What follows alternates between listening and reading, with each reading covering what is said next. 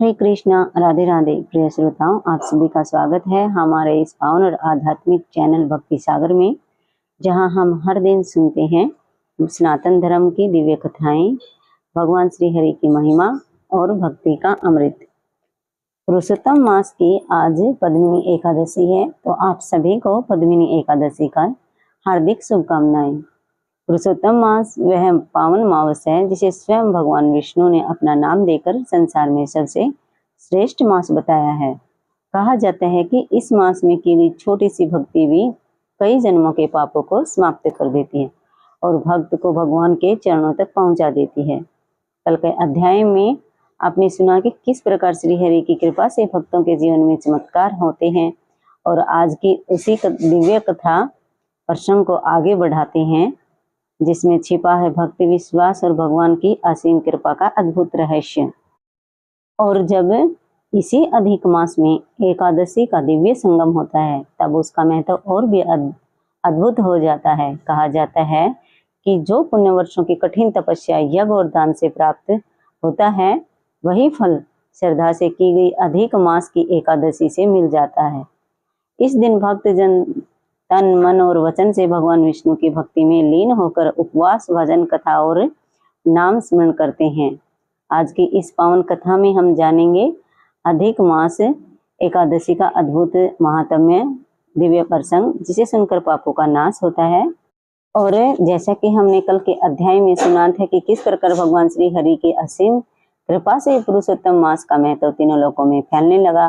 देवता, ऋषि मुनि और भक्तजन इस पावन मास की महिमा सुनकर भाव विभोर हो उठे। भगवान विष्णु ने स्वयं कहा कि जो भक्त श्रद्धा और विश्वास से इस मास में व्रत, कथा, भजन और दान करता है, उसके जीवन के समस्त दुख दूर हो जाते हैं। कल की कथा में हमने देखा कि किस प्रकार एक साधारण मनुष्य भी पुरुषोत्तम मास की भक्ति से भगवान की विशेष कृपा प्राप्त कर सकता है। उसी दिव्य प्रसंग को आगे बढ़ाते हुए आज हम 11वां अध्याय पढ़ेंगे। आज सूत जी महाराज नैमिषारण्य में उपस्थित ऋषियों को एक और अद्भुत कथा सुनाने जा रहे हैं, जो केवल कथा ही नहीं बल्कि जीवन को बदल देने वाला आध्यात्मिक संदेश है। यह कथा हमें बताएगी कि जब मनुष्य पूरी श्रद्धा से भगवान श्री कृष्ण और श्री हरि की शरण में आता है, तब उसके जीवन के अंधकार स्वयं मिटने लगते हैं। पुरुषोत्तम मास केवल एक मास नहीं बल्कि आत्मा को पवित्र करने वाला दिव्य अवसर है, जहां भगवान अपने भक्तों की छोटी सी भक्ति से भी प्रसन्न हो जाते हैं। तो आइए मन को एकाग्र करके भगवान श्री हरि का स्मरण करते हुए प्रवेश करते हैं आज की इस पावन कथा में, जहां भक्ति है, विश्वास है और श्री हरि की असीम कृपा का प्रवाह है। तो पहले सुनेंगे हम 11वां अध्याय और उसके बाद सुनेंगे हम पद्मिनी एकादशी व्रत कथा और तुलसी माता की कथा। 11वां अध्याय। नारद जी कहने लगे, हे मुने, सब मुनियों से भी कठिन ऐसा कौन सा तप है उस कुमारी ने किया, सो हमसे कहिए। श्री नारायण कहने लगे, वह बाला सनातन शिव का अत्यंत उग्र तप करने लगी, जिनमें सर्पों के आभूषण, नंदी भृंगी से सेवित 24 तत्वों और तीनों गुणों से स्तुति किए गए महा 8 सिद्धियों तथा प्रकृति जटा मुकुट से शोभित भाल में अर्धचंद्र ऐसा शिव को उद्देश्य करके वह बाला ग्रीष्म ऋतु के सूर्य में पंचांगनी में स्थित हो दुष्कर तप करने लगी। हेमंत और शिशिर ऋतु में ठंडे जल में स्थित मुख जल के ऊपर इस तरह दिखाई देती रही जैसे जल के ऊपर कमल शोभायमान होता है।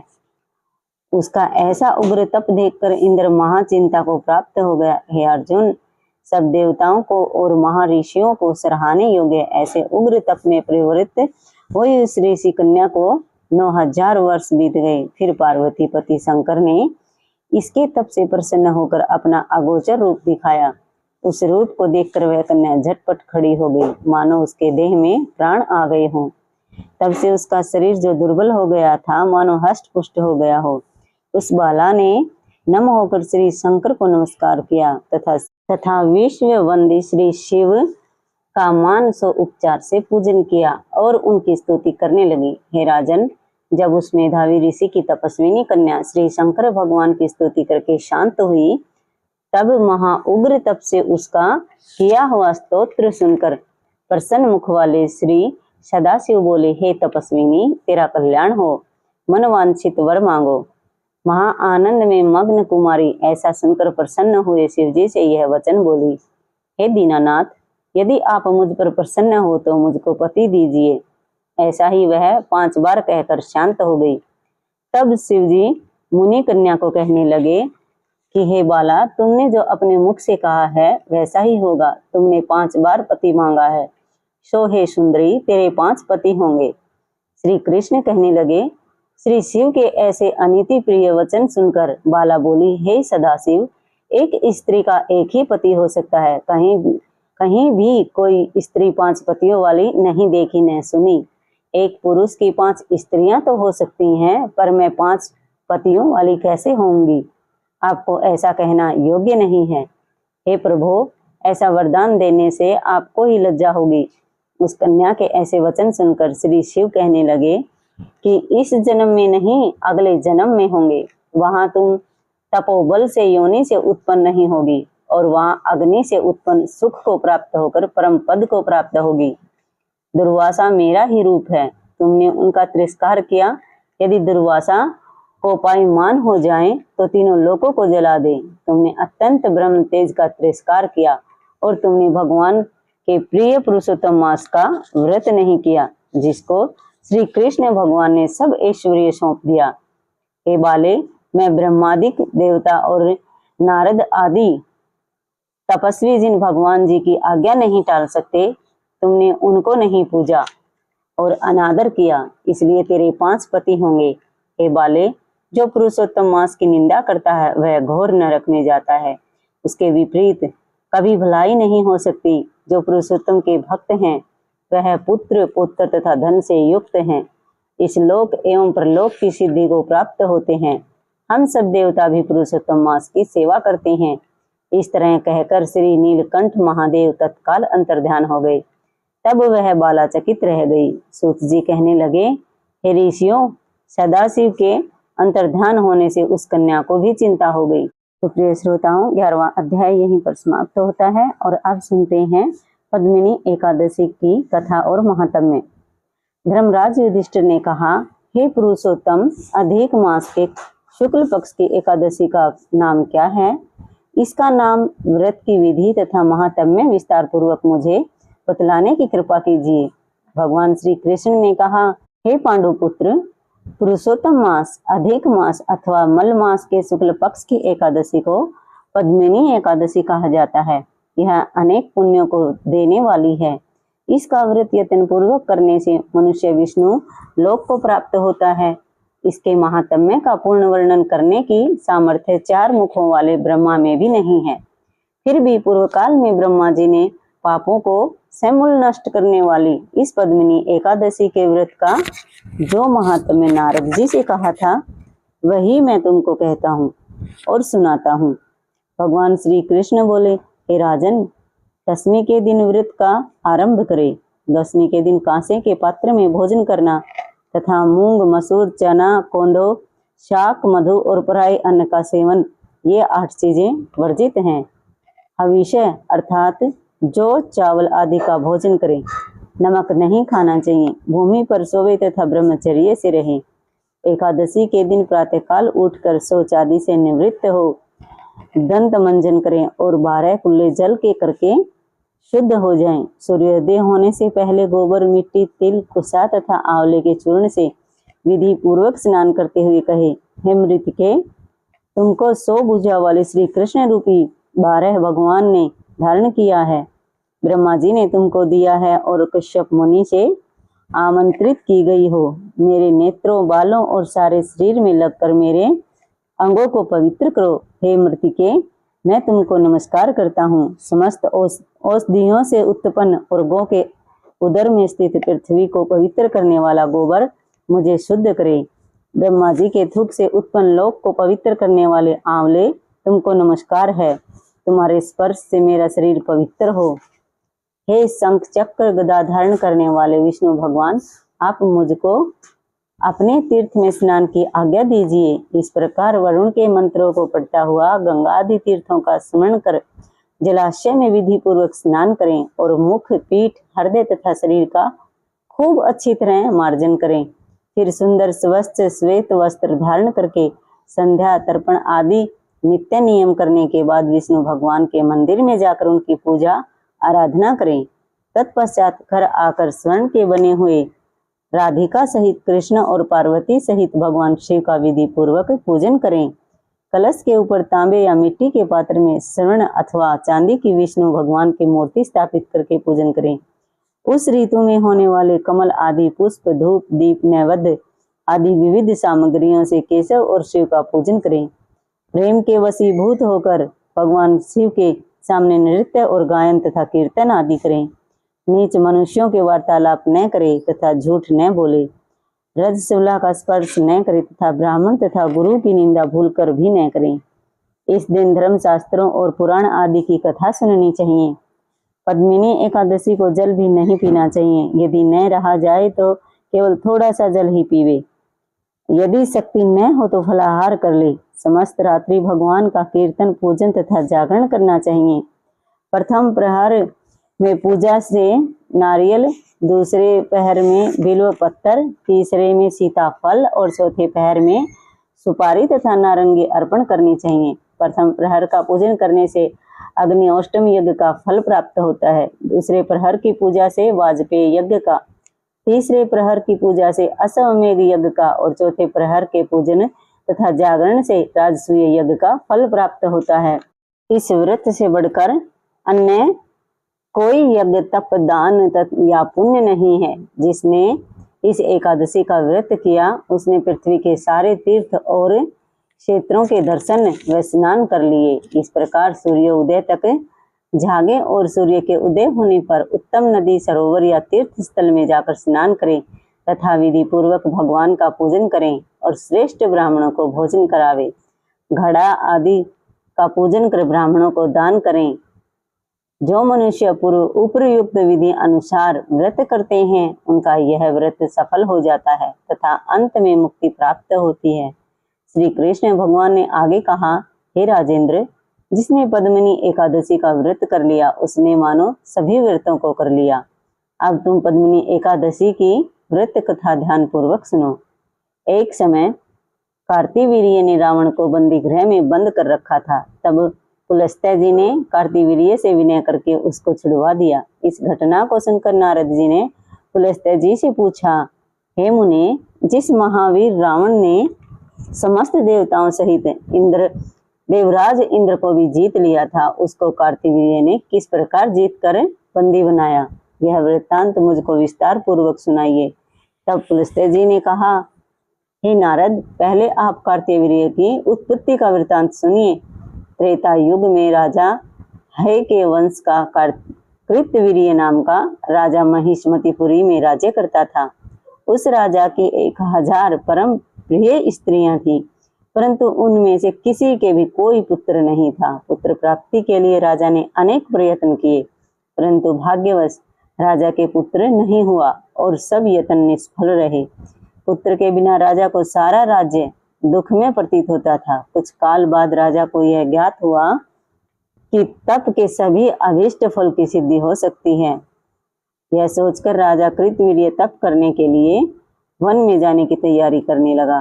राजा को वन में तप के लिए जाते हुए देखकर इच्छुक वंश में उत्पन्न राजा हरिश्चंद्र की पद्मिनी नाम वाली कन्या, जो कि राजा की परम प्रिय रानी थी, साथ जाने को तैयार हो गई और दोनों ही अपने सुंदर वस्त्र आभूषणों को त्याग कर वल्कल वस्त्र धारण कर गंधमादन पर्वत पर तप करने चले गए। राजा कृतवीर्य और रानी पद्मिनी ने उस पर्वत पर 10,000 वर्ष तक तप किया, परंतु फिर भी उन्होंने पुत्र की प्राप्ति नहीं हुई। तब उस पतिव्रता रानी पद्मिनी ने अपने पति के शरीर में केवल नस और अस्थि मात्र देखकर महासाध्वी अनुसुईया जी से पूछा, हे साध्वी, मेरे पति को तपस्या करते हुए 10,000 वर्ष बीत गए हैं, परंतु भगवान फिर भी प्रसन्न नहीं हुए, सो इसका क्या कारण है? आप कृपा करके कोई ऐसा व्रत कहें जिससे भगवान हम पर प्रसन्न हो और हमें चक्रवर्ती पुत्र की प्राप्ति हो। पद्मिनी से अनुसुईया जी ने कहा, हे सुंदरी, वर्ष के 12 मासों के अतिरिक्त एक अधिक मास होता है जो 32 मास के पश्चात आता है। इस अधिक मास के शुक्ल पक्ष में द्वादशी युक्त पद्मिनी और कृष्ण पक्ष में परमा नाम की 2 एकादशियां आती हैं। शुक्ल पक्ष की पद्मिनी एकादशी को जागरण सहित तुम उसका व्रत करो। इस व्रत के करने से भगवान तुम पर प्रसन्न होकर शीघ्र ही पुत्र देंगे। इसके पश्चात अनुसुईया जी ने रानी से व्रत की सब विधि कही। उसको सुनकर रानी पद्मिनी पुत्र प्राप्ति की इच्छा से इस व्रत को करने लगी। वह सदैव एकादशी को निराहार रहती और रात को जागरण करती थी। व्रत के समाप्त होने पर भगवान विष्णु प्रसन्न होकर गरुड़ पर आरूढ़ होकर उसके पास आए और वर मांगने को कहा। रानी ने इस पर उनकी स्तुति करते हुए विनय की, हे महाराज, आप मेरे पति को वरदान दीजिए। भगवान बोले, हे सुंदरी, मल मास के समान मुझको और दूसरा कोई मास प्रिय नहीं। इसमें एकादशी का जो व्रत तथा जागरण अनुसुईया जी के कथनानुसार तुमने किया है उससे मैं बहुत प्रसन्न हूँ। ऐसा कहकर संसार के दुखों का नाश करने वाले श्री हरि विष्णु भगवान ने राजा से कहा, हे राजन, जिससे आपका मनोरथ सिद्ध हो वह वर मांगो। तुम्हारी पत्नी ने मुझको प्रसन्न किया है। तब राजा कृतवीर्य ने श्रेष्ठ और सबसे श्रेष्ठ यशस्वी पुत्र का वर मांगा और कहा, हे जगदीश्वर प्रभो, मेरा पुत्र ऐसा परमवीर हो कि आपके अतिरिक्त देवता, मनुष्य, नाग, दैत्य, राक्षस आदि किसी से न मरे। राजा की बात सुनकर और वरदान देकर भगवान विष्णु अंतर्ध्यान हो गए। इस वर के प्रभाव से पद्मिनी के कर्तवीर्य नामक तेजस्वी पुत्र उत्पन्न हुआ। तीनों लोकों में भगवान विष्णु के अतिरिक्त उनको जीतने में कोई भी समर्थ नहीं था। तब यदि दशंकधर रावण कार्तवीर्य से पराजित हो गया तो इसमें कौन सी आश्चर्य की बात है, क्योंकि महाबली कार्तवीर्य देवताओं के भी देवता भगवान विष्णु के वर से उत्पन्न हुए थे। अतः रावण पर उनकी विजय कोई आश्चर्य का विषय नहीं। नारद जी को इतना बात बताकर पुलस्त्य मुनि अपने आश्रम को चले गए। श्री कृष्ण जी ने आगे कहा, हे राजन, यह मैंने मलमास के शुक्ल पक्ष की पद्मिनी एकादशी के व्रत का महात्म्य कहा। जो कोई इस व्रत की कथा को पढ़ते या सुनते हैं वे भी संसार में यशस्वी होकर अंत में अनंत काल तथा विष्णु लोक में वास करते हैं। तो प्रिय श्रोताओं, पद्मिनी एकादशी व्रत कथा और महात्म्य यहीं पर समाप्त होता है। तो प्रेम से बोलिए, श्री कृष्ण भगवान की जय हो। पुरुषोत्तम मास की एकादशी पद्मिनी एकादशी की जय हो। और अब सुनते हैं तुलसी माता की कथा। एक बुढ़िया माई थी जो रोजाना तुलसी माता को सींचती थी और तुलसी माता से कहती, हे तुलसी माता, सबकी दाता, मैं बिरवा सींचू तेरा, मुझे बहू दे, पीताम्बर की धोती दे, मीठा मीठा ग्रास दे, वैकुंठ का वास दे, चंदन का काठ दे, अच्छा राज दे, खाने को दाल भात दे और 11 एकादशी के दिन श्री कृष्ण का कांधा दे। इतना सुनते ही तुलसी माता सूखने लगी। तुलसी माता को सूखते हुए देखकर एक दिन श्री कृष्ण ने कहा कि हे तुलसा, तुम्हारे पास तो इतनी औरतें आती हैं, गाती हैं, तुम्हें जिमाती हैं, फिर भी तुम क्यों सूखने लगी? तुलसी माता ने कहा, हे प्रभु, आप मेरे मन की ना पूछो तो ही अच्छा है। ये सुनकर श्री कृष्ण ने कहा, मैं तुम्हारे मन की नहीं पूछूंगा तो कौन पूछेगा, बताओ क्या बात है। तब तुलसी माता ने कहा कि हे प्रभु, मेरे पास एक बुढ़िया रोज आती है और मुझसे ये बातें कह के रोज जाती है कि हे तुलसी माता, मैं बिरवा सींचू तेरा, मुझे बहू दे, पीताम्बर की धोती दे, मीठा मीठा ग्रास दे, वैकुंठ का वास दे, चंदन का काठ दे, अच्छा राज दे, खाने को दाल भात दे और 11 एकादशी के दिन श्री कृष्ण का कांधा दे। मैं उसकी और सब बातें तो पूरी कर दूंगी, परंतु आपका कांधा कहाँ से दूंगी? यह सुनकर श्री कृष्ण मुस्कुराए और बोले, तुम इस बात की चिंता मत करो, जब वह बुढ़िया माई मरेगी तो मैं उसको कांधा देने स्वयं चला जाऊंगा। थोड़े दिनों के बाद ही बुढ़िया माई मर गई। सभी उसको उठाने लगे, परंतु वह इतनी भारी हो गई कि वह किसी से नहीं उठ पाई। सभी कहने लगे कि पापिन थी, इसलिए किसी से नहीं उठती है। वहां पर श्री कृष्ण ब्राह्मण का वेश धारण करके आए और सबसे पूछने लगे कि यहाँ इतनी भीड़ क्यों है। तब सभी कहने लगे कि एक बुढ़िया माई थी, मर गई और किसी से नहीं उठती है, पापिन थी, इसलिए किसी से नहीं उठ पा रही है। तो श्री कृष्ण ने कहा कि बुढ़िया माई के कान में मुझे एक बात कहने दो तो यह उठ जाएगी। सब बोले कि ठीक है भाई, तू भी अपने मन की निकाल ले। तब श्री कृष्ण बुढ़िया माई के कान में जाकर कहने लगे कि हे बुढ़िया माई, तू बिरवा सींचे मेरा, ले बहू ले, पीताम्बर की धोती ले, मीठा मीठा ग्रास ले, वैकुंठ का वास ले, चंदन का काठ ले, अच्छा राज ले, खाने को दाल भात ले, और ले मन के निकाल ले, अब श्री कृष्ण का कांधा भी ले। इतना सुनते ही बुढ़िया माई हल्की हो गई और श्री कृष्ण उसको अपने कांधे पर ले गए और बुढ़िया माई की मुक्ति हो गई। हे तुलसा माता, जैसे मुक्ति उस बुढ़िया की करी, हमारी भी करना, कहते सुनते हुंकारे भरते की करना। बोलो श्री कृष्ण भगवान की जय हो, तुलसी माता की जय हो। तो प्रिय श्रोताओं, ये थी तुलसी माता की कथा। अगर आपको वीडियो पसंद आए तो लाइक करें, शेयर करें और कमेंट में जय श्री कृष्ण और जय हो तुलसी माता जरूर लिखें। तो मिलते हैं अगले अध्याय के साथ, तब तक के लिए हरे कृष्णा, राधे राधे।